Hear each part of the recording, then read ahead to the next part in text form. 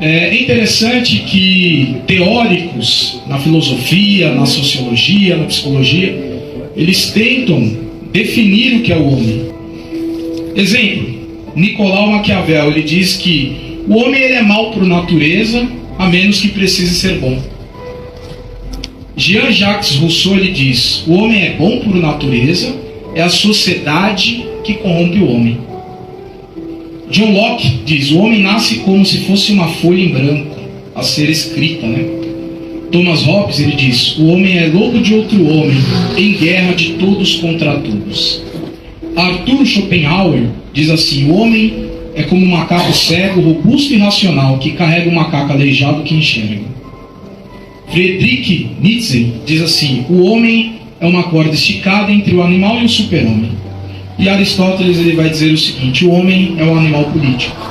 Teóricos tentando definir o que é o homem. O homem é um ser caído que precisa da graça. A maior libertação é a libertação da sua mente. Mas a sociedade, de maneira geral, não está liberta. E hoje nós nos deparamos com o que estamos chamando de doenças do século. Vou citar algumas aqui. A depressão é uma delas. Quem não conhece uma pessoa que está num quadro desse? Só que essa doença não é uma doença recente, não. E aí eu fui buscar na história da igreja alguns exemplos. Por exemplo, David Brainerd. Quem foi David Brainerd? David Brainerd foi um grande missionário americano que foi evangelizar os índios nativos americanos. Jovem, com 23 anos. Se você pegar o livro, a biografia desse homem, esse homem fez um trabalho extraordinário de missão. Só que qual que é o mais interessante da história dele? Ele deixou um legado, ele evangelizou os índios, ele foi além do que todos do seu tempo. Ele renunciou à sua vida para fazer a obra de Deus. Mas mesmo com toda essa renúncia, os anais da história vão dizer que por 22 vezes ele sentiu tristeza profunda ao ponto de desejar a própria morte. Um homem de Deus. Um outro exemplo que eu coloquei aqui, John Bunyan. Se você não leu esse livro, ele é autor do livro O Peregrino. Leia esse livro é sensacional. Esse livro é sensacional. E o que é interessante? Pregador inglês, um grande evangelista, ele pregava numa época que para pregar você tinha que ter autorização do governo.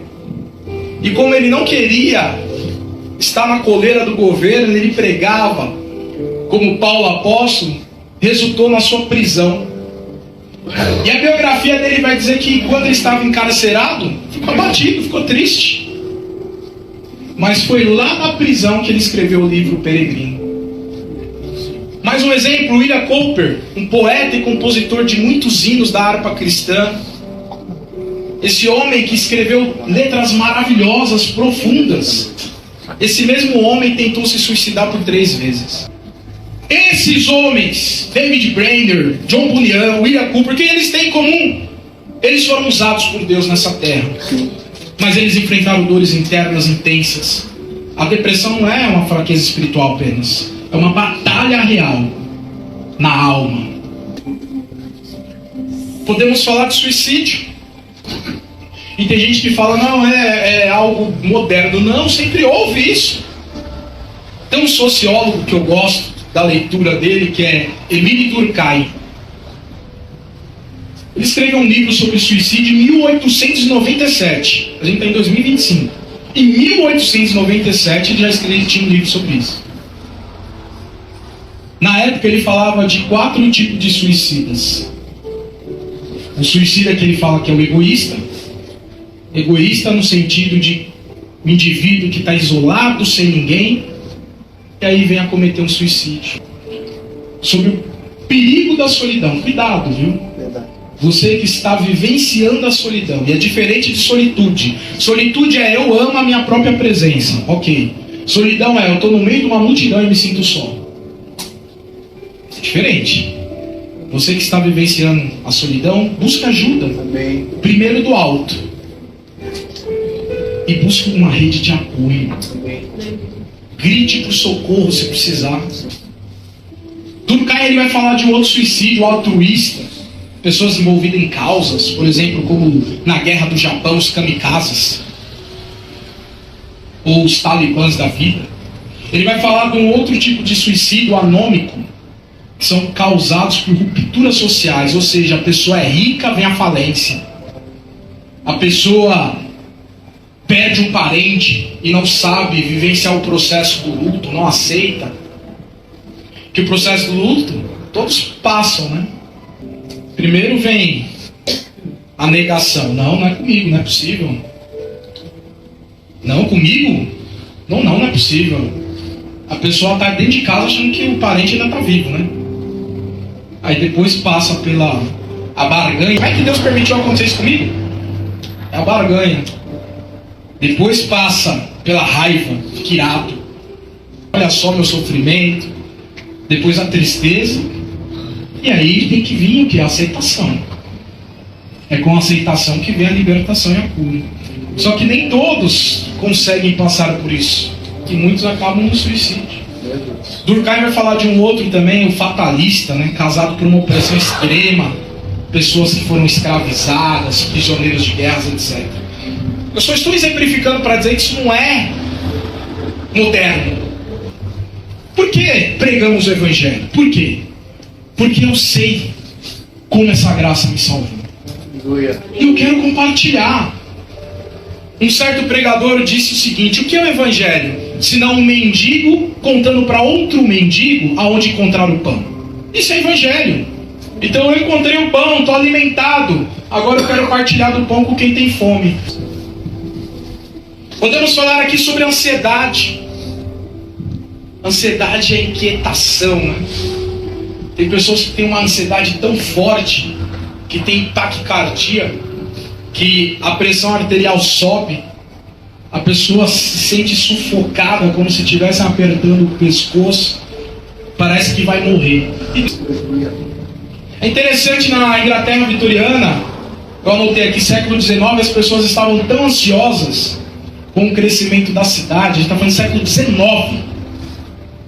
O crescimento das cidades, desigualdade social, avanço da tecnologia industrial, que aí muitos se viciaram em álcool e ópio. Já naquela época, século XIX. Coisas antigas. A ansiedade não é moderna. Ela sempre existiu como um sintoma que sobrecarrega a sua mente. Encerrando esse ponto aqui, além da depressão, além do suicídio, além da ansiedade, algo que permeia todas essas dores aqui e que de certa forma ela conecta ou ela está presente em todas elas, que é o que eu quero falar aqui e quero aprofundar um pouco mais, que é o medo. Quem tem depressão tem medo. Quem se suicida tem medo. Aí você fala, mas tem que ter coragem para se suicidar. O medo dele é de viver. O medo dele é de viver. Quem tem ansiedade tem medo. Então, superados esses esclarecimentos, vamos falar um pouco sobre o medo. O medo, ele também faz parte da natureza humana até certa medida. Faz parte. O homem primitivo, se não tivesse medo, era devorado pelo leão, né? Então ele tem que ter uma dosagem de medo para saber que com o leão não brinca. Então o medo é uma programação natural da mente humana para nos proteger de perigos. Ele é necessário até certo ponto para sobrevivência. Mas o excesso de medo, ele faz uma prisão na tua mente. Eu queria falar aqui, vou citar 2 exemplos da história, que eu gosto muito de história. Que o medo faz as pessoas se tornarem irracionais. O medo, vou repetir, faz as pessoas se tornarem irracionais. Na Inglaterra vitoriana, as pessoas tinham medo de vampiros. Verdade, isso é um fato histórico.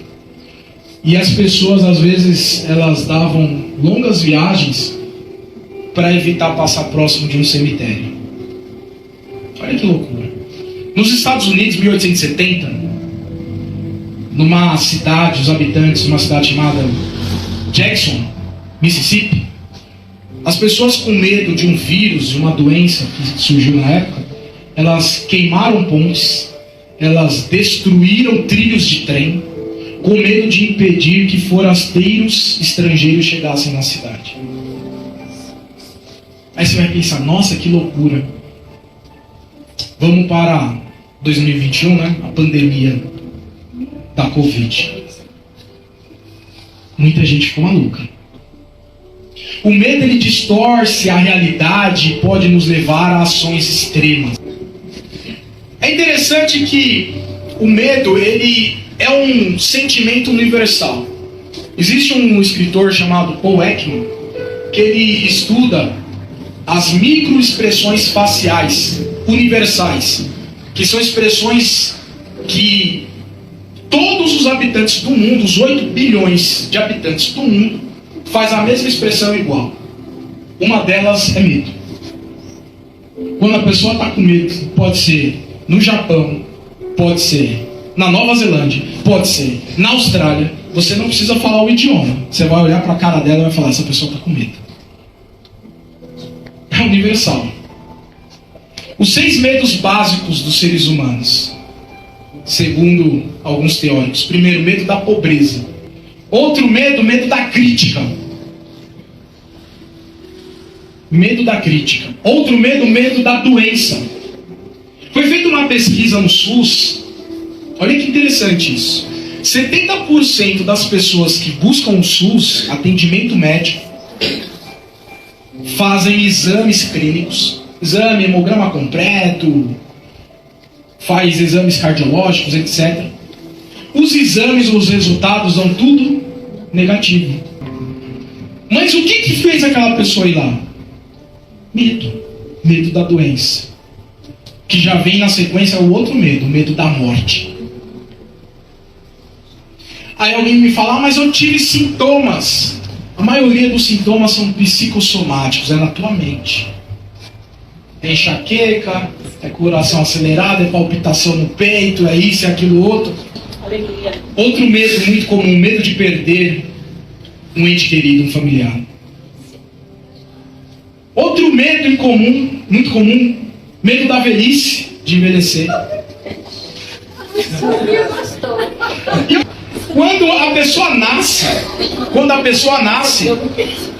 ela já nasce num processo de morte. O envelhecimento é o processo de morte. Olha só que interessante. Além desses medos que são os mais comuns, tem surgido os novos medos nessa nossa sociedade. Medo de confiar em pessoas por causa de traumas que sofreu. Isso tem atrapalhado relacionamentos. E você está como num carro, olhando no retrovisor, só para o passado. Tem uma coisa que os teóricos chamam de síndrome do impostor. A pessoa vai assumir uma nova responsabilidade, ela se sente um impostor. Ah, eu não tenho capacidade. Alguns têm medo de errar. Só não erra quem não faz. E tem uma coisa interessante. Nós, seres humanos, todos nós, aprendemos, preste atenção nisso, mais com as nossas derrotas do que com as nossas vitórias. É verdade. Mas o que você está alimentando na sua cabeça? No que você tem feito dela? O que você tem visto? O que você tem ouvido? O que você tem falado? Com quem você tem caminhado? Aonde você tem ido? Você estava indo bem. Quando entrou o medo, começou os problemas. Para concluir, já deu meu horário aqui. Onde que você está afundando? Qual a área da sua vida você está afundando? Você que acompanha na internet, qual a área da sua vida